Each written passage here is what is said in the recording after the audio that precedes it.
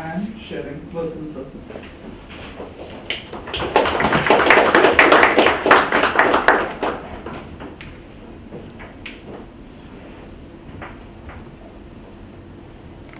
Thank you, Arun. It's always a pleasure to be here and interact with you all.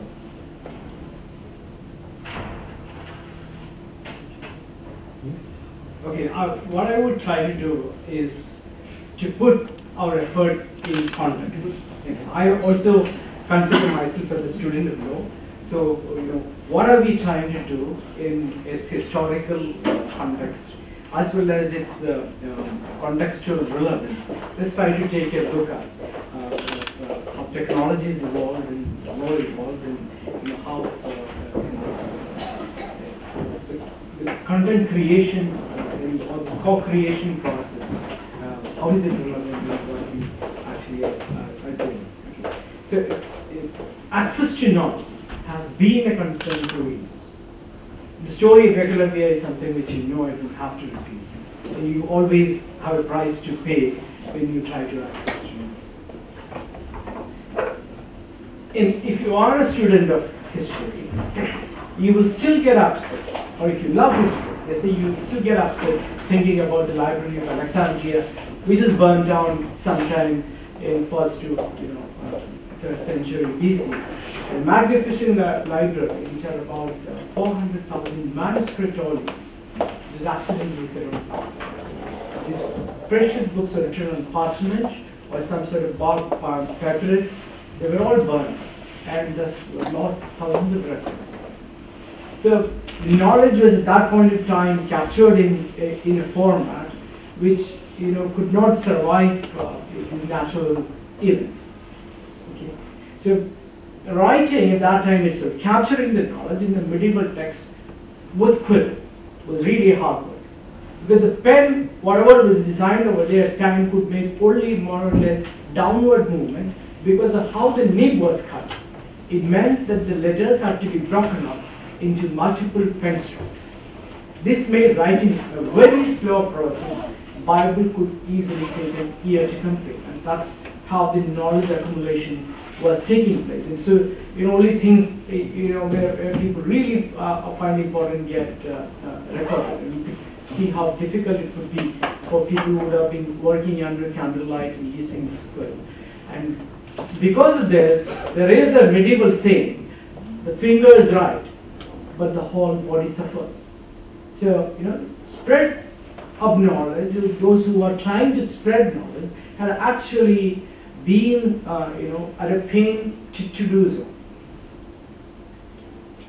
And because of that, the concept behind a medieval library was to reflect the value of the manuscripts and the labor-intensive process that many had to endure to create them. As a result, many librarians took time to chain the books to the lecterns. You could see these books are actually chained to the lecterns. It's almost knowledge in chains. So if you have to access knowledge, you have to physically go into a library. But what actually made a slight difference? It's a common fork which actually made a difference over here.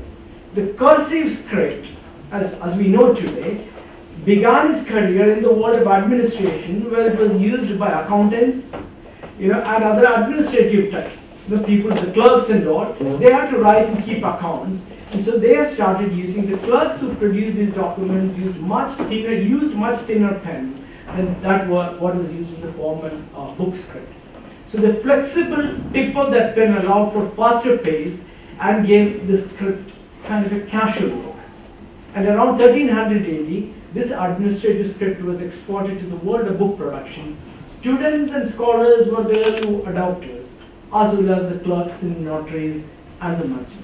So you could see the student force coming in and moving this. Okay. And then came probably one of the greatest inventions that pushed the access to knowledge, John Gutenberg's invention of the movable type printing press in 1452. And that changed the course of history, because it was completely transformative. it shaped the human history, it shaped Renaissance. It created a new reading public.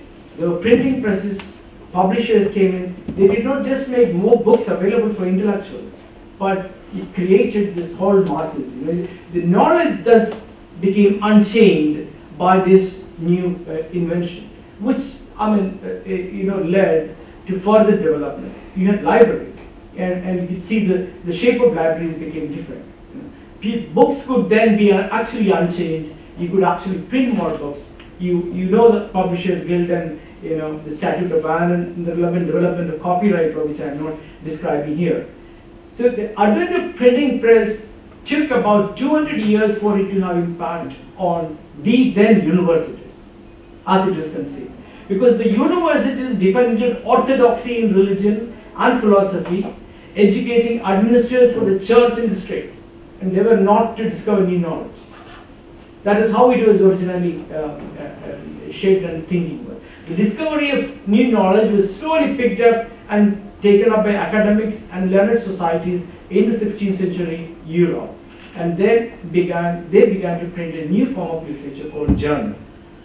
Okay, so you can see that slowly the student force coming in and the academics coming in and changing things and improving access to knowledge. The journals were not actually initially subscribed by librarians because they didn't know. They didn't probably have the budget to subscribe journals. The first periodical appears as early as 17th century. In 1665, Philosophical Transactions, the first scientifically oriented journal, appeared. And you could see the impact of the unchaining of knowledge on many discoveries in the age of Renaissance and Reformation. Heliocentric model is proposed by Copernicus, leading to the whole Copernican revolution and questioning many dogmas. 1543. This was followed up in 1596 by Johannes Kepler, who elaborated upon and expanded this model to include elliptical orbits. A mathematical proof was given to the theorem that was proposed by Copernicus. Then comes Galileo Galilei in 1610, presenting supporting observations using a telescope.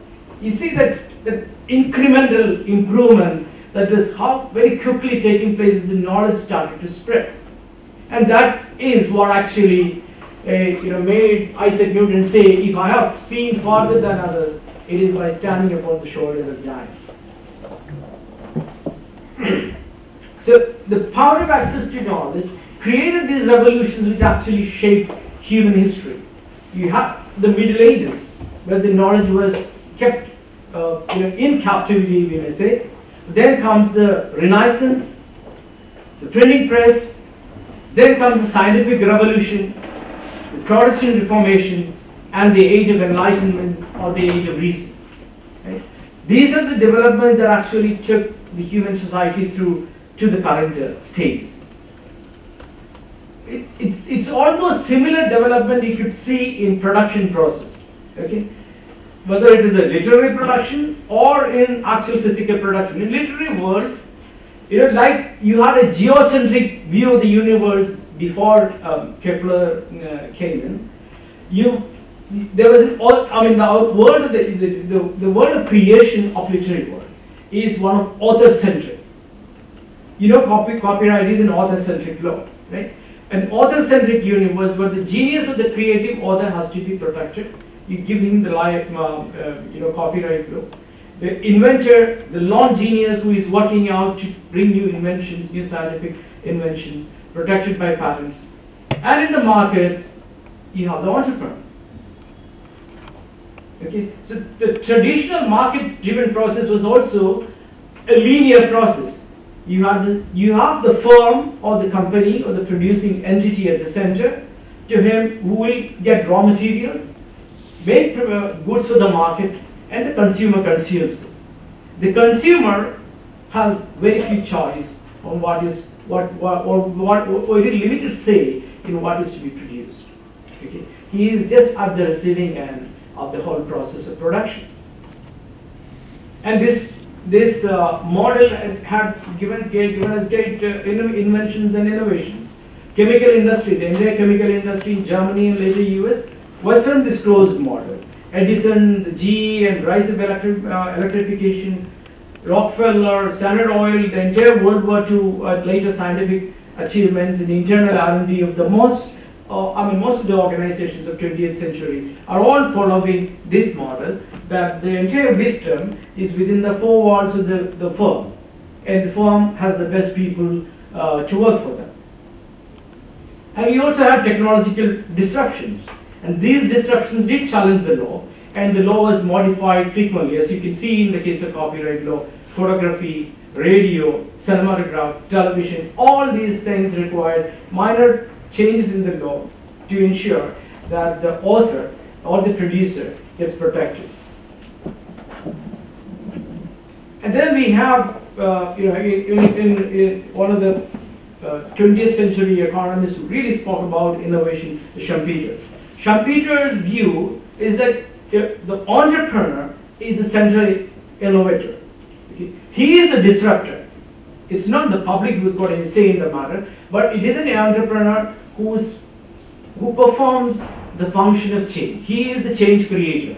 Okay? His true characteristics are intelligence, alertness, energy and determination, and his function, primary function, is innovation. Through that innovation that an entrepreneur brings in, a creative destruction takes place in the economy, and that takes technology forward.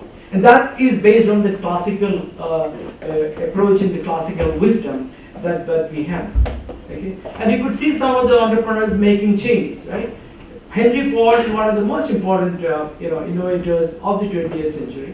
When he said, I will build a motor car for the great multitude, it will be so low in price that no man making a good salary will be unable to own one, and enjoy with his family the blessings of the hours of pleasure of God's great open spaces. Right? And what did he do? He changed the production process. He revolutionized production by implementing a moving assembly chain. An innovator, entrepreneur comes in, disrupts, changes car production, brings in mass movement. That is actually what led to the great infrastructure development in the United States in the early 20th century. But he changed the production process, and that made it, the cars more accessible to people. So the classical organization, we have the classical firm where managers manage complexity through formal organization. You have an authority which make decisions on the division of labor. They set up teams and information systems to transfer information between teams. Decisions are based on transaction cost economics. So it's a well-established hierarchical structure that exists in a traditional firm or a traditional or a classical organization. Okay. This is what actually brought into a little bit of challenge by digitization, which brought in a completely different world from what most of you are born or brought up in the digital world, in the so-called millennials. So many of you would find the analog world itself, those of us who have grown up with the tapes and all, as kind of dinosaurs. And in the digital world, the change from the traditional firm-centric approach to a different model was also very difficult. Take the case of software. When the digitization started, you had Microsoft as a sole monolith, as a company which produces the best software then available, then known to man.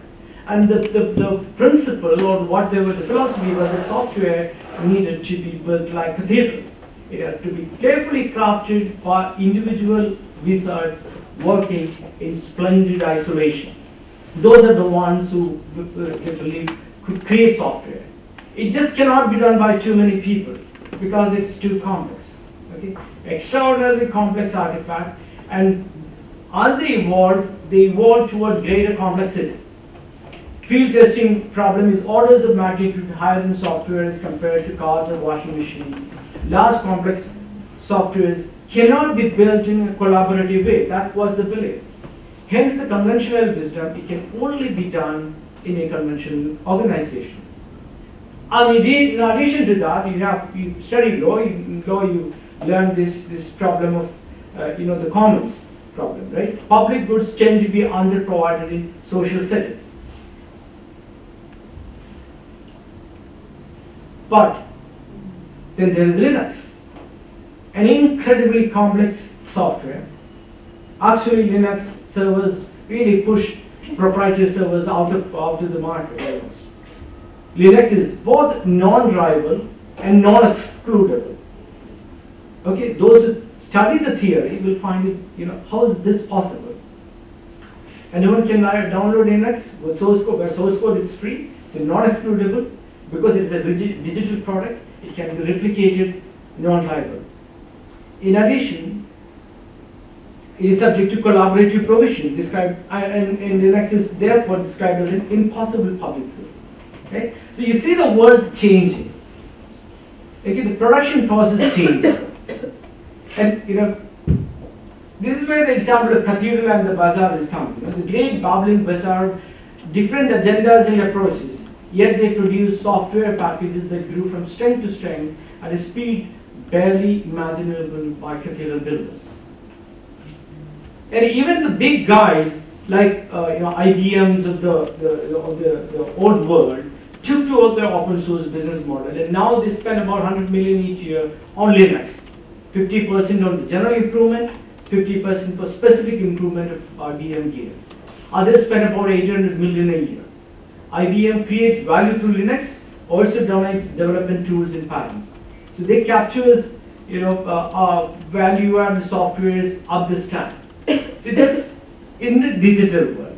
So the paradigm that has changed is what was a closed innovation funnel. You have scientific innovation with the startup. There is no interaction with the outside world. The firm, within the firm, it decides what is to be done, and it hits the market with new products and services. And the difference now is a much more porous and open innovation funnel, okay, where the technology could come in from anywhere. It need not necessarily from few. It can be from many.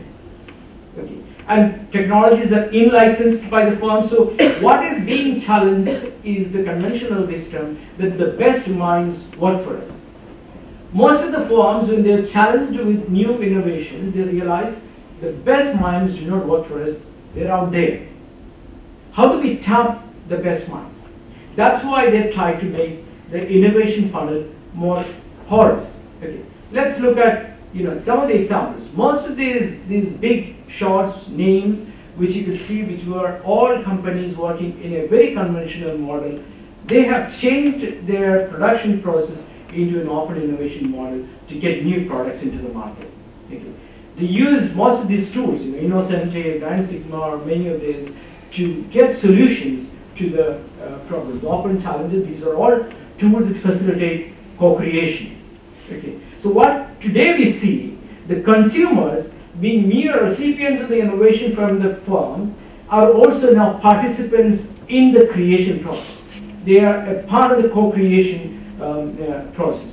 Just take some of the examples of well-known companies, well-known products which you are dealing with. Whirlpool. Okay. They have an open innovation platform, and they believe that knowledge is distributed and interconnected. They take their technical challenges to an open innovation platform and get solutions out of that. Why? Because they believe that in the competitive environment is forcing them to innovate the way we innovate. The entire innovation process, the knowledge creation process, invention process is being redefined by the process of co-creation, where consumers are actually involved, or they are putting their intelligence into it. This is Procter & Gamble, P&G.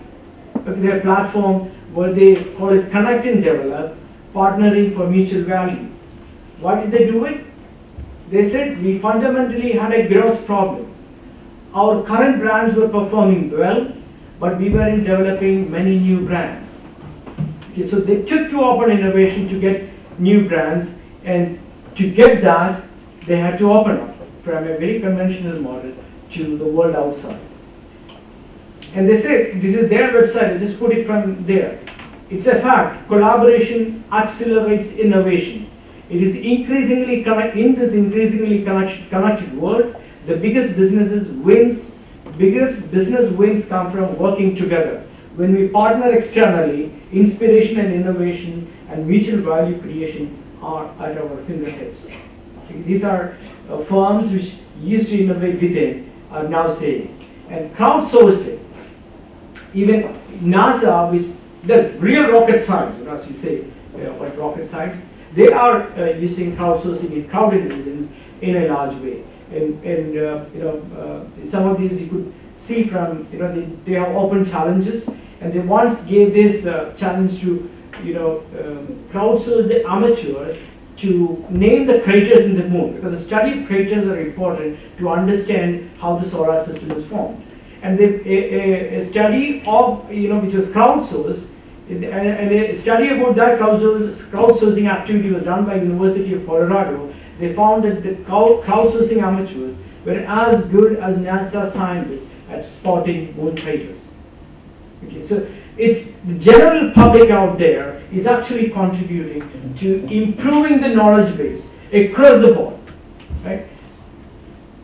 So, and this is a problem which is posited innocently. We could see it's the big problem which oil manufacturers who have got billions and billions of dollars in R&D, who spend in R&D, they had, the Oil Spill Recovery Institute posted this problem of freezing of oil in storage tanks in Alaska. And Alaska is very, very cold. The problem was posted innocently with a $20,000 reward. Thousands of potential solvers tried to attempt to solve it.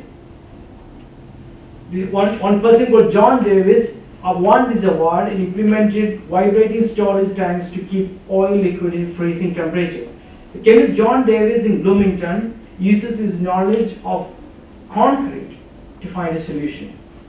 So you're getting solutions from people who are totally unconnected field. So that's what peer co-creation is enabling.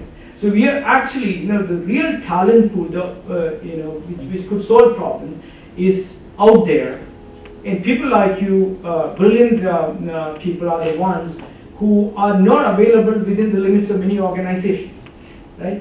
The brilliant minds that are untapped pools of talent is what we need to use. And I'm giving you one example of how in the open source drug discovery project, we used crowdsourcing to do to address some of the big challenges. We are in the open source drug discovery project trying to find new drugs for one of the neglected diseases called tuberculosis. Okay, and large number of literature is out there. Okay, there are scientific findings which are embedded in this literature, and what we, in the same way, your book is chained into its lectern. Much of the findings get chained within the PDF structures of the magazines. Okay, so can we connect, create an interactive map of the interconnections within the organism of which causes TB is what we try to do. Okay, we opened it up as an activity for students to read up the journals and annotate it. And when we started it, we were told this is simply not going to work. Okay, it's a completely untested paradigm in science, and they said students do not know how to annotate in scientific way. You will simply get a lot of things which you do not want, and all those. There will be huge communication and management overheads and all kind of things, because the one effort that was done in 2002 involved huge overhead. So we went ahead, we did like what is being done today. Did a short training. Though you're here you are having a physical training. This was done an online training. We created web platforms for students to annotate. We created self-organizing communities. We let the self-organizing communities evolve. And there's a short story here. We opened up this platform, and at that point in time, we are really worried that how do we ensure quality control? So we said, look, we will have students from universities who will submit these annotations which are vetted by the professors. So as a LB student group, you have a professor or a faculty coordinator to whom they will submit, and that will be uploaded on the portal. So we have an assurance of quality control. Wait for a month and a half, nothing is happening. Okay. Then we interact. I mean, we see students active. When we interact with some students, most of them had submitted it to the professors, who are actually not knowing what to do. They were unwilling to commit themselves to the correctness of this, and they were not submitting it online. So it was a hierarchical model that we had put in place. We removed that process. We said, look, all of you can submit. The moment we removed the hierarchical process, students started submitting in online, and we created a platform which enabled the students to correct errors. You could see what is marked red is by somebody who is saying that, look, this is not a correct annotation, right? They discussed those errors. They were, on the side screen. We created, the tools are available to discuss this. The errors are marked by the community for correction, and the errors were discussed. And then this process was carried out. And this is the same. What makes Linux or much of the open source software is so robust is this one, small philosophy which Linus Torvalds was saying, that given enough eyeballs, all bugs are shallow. Right? In that case, the bug is a bug in the software. And here we exported it to the bug called Mycobacterium tuberculosis, which was actually causing the disease TB. By the way, even today, about 2 people die every 3 minutes of TB in India. And that's why it's called neglected disease. We hear about it, we don't read about it, we don't speak about it, because it's a regular, ongoing happening. A lot of poorer sections of the population die. And the medicine that we have is from the 1950s and 60s. 56 years of tremendous scientific progress. We still are stuck with what's called DOTS program, which is a concoction of 4 medicines to be taken over a period of 4 to 6 months.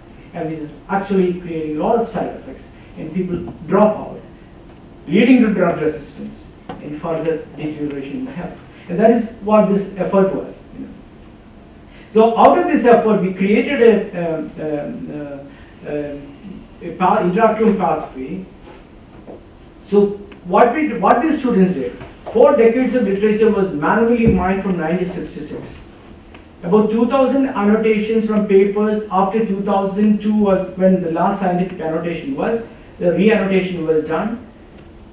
And they created a metabolic pathway. These are slightly scientific terms. Approximately 1,300 metabolic reactions were reported. More than 600 proteins, which are considered to be hypothetical by the scientific community, were assigned functions. So no more they are hypothetical. About 87% of the genome was annotated, and interactome was constructed capturing various protein-protein interactions. And this is how the scholars looked at this exercise. Within weeks, 830 volunteered to re-annotate the entire tuberculosis genome. The work started in December 2009 and was completed in April 2010, packing nearly 300 man-years into 4 months. And this is said in by Bernard Munoz, who was earlier in pharmaceutical industry. The open source drug discovery is dedicated to discovering treatments for diseases that plague the developing world. Surprised many when more than 400 of its all-India researchers re-annotated the tuberculosis bacterium genome, wiki style, in just 4 months, record time for any such endeavor. Okay, so this is actually the power of what a student community can do. What knowledge which was actually supposed to be in the hands of the expert was just thrown out in the open, and that enabled us to further progress in science.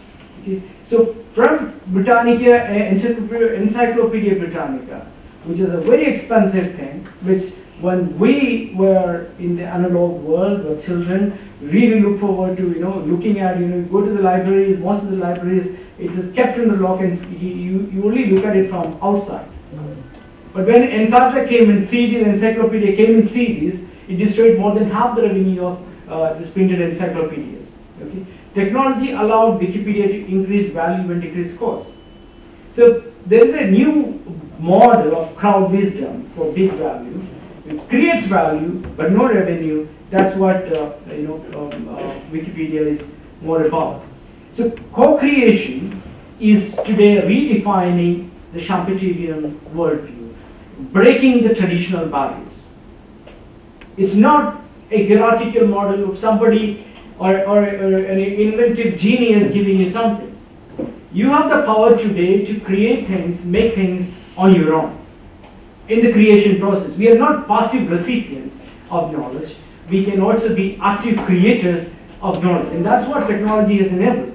Imagine and remember those people who were writing in the calligraphy was what body ate to a day when you can actually create knowledge for the sake of others without much of a problem. So what makes actually Wikipedia special? I really think that it is unchained knowledge. It's a fundamental change of the information production, dissemination, and authority. Because there is no authority.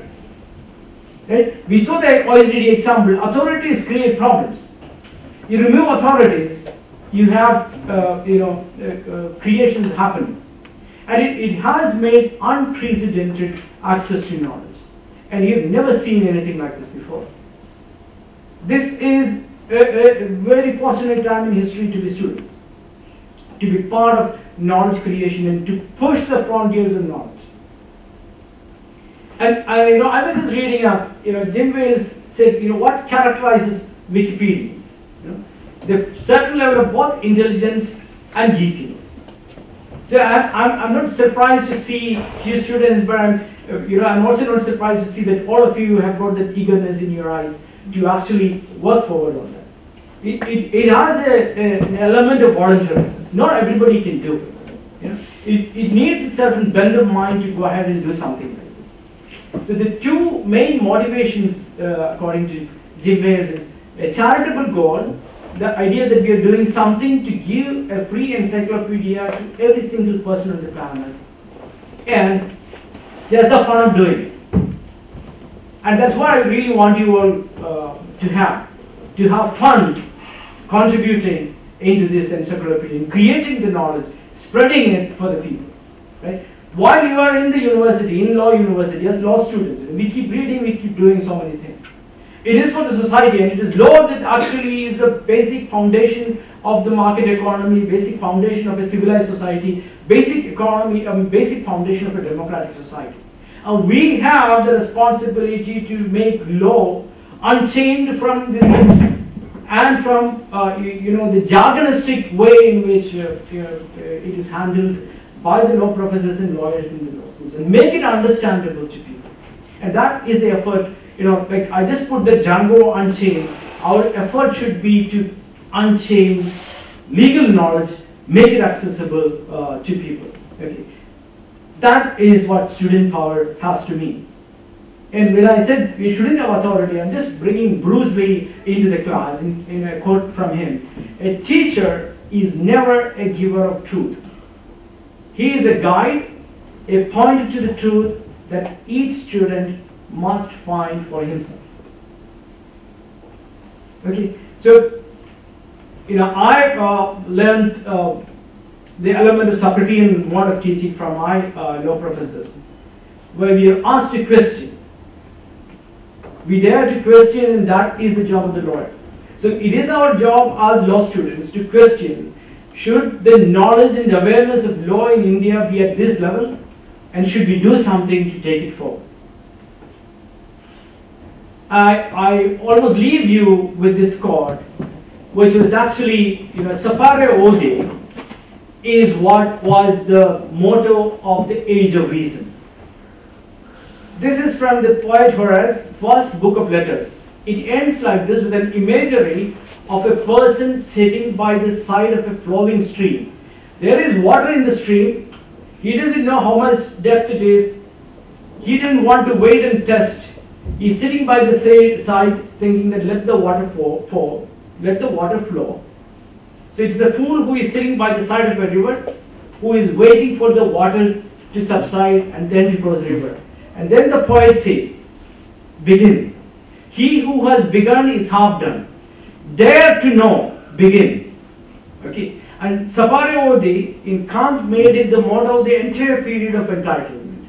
Used it to develop his theories of application of reason in the public sphere of human affairs. Sapare Odi means dare to know, even translated as dare to be wise. That, my friends and students, is your job. Dare to know, dare to be wise, and dare to be wise always. So I leave you with this. Our job is to bring access to justice to all. And that's what Gandhiji reminded us. You have to be the change you want to see in the world. Thank you.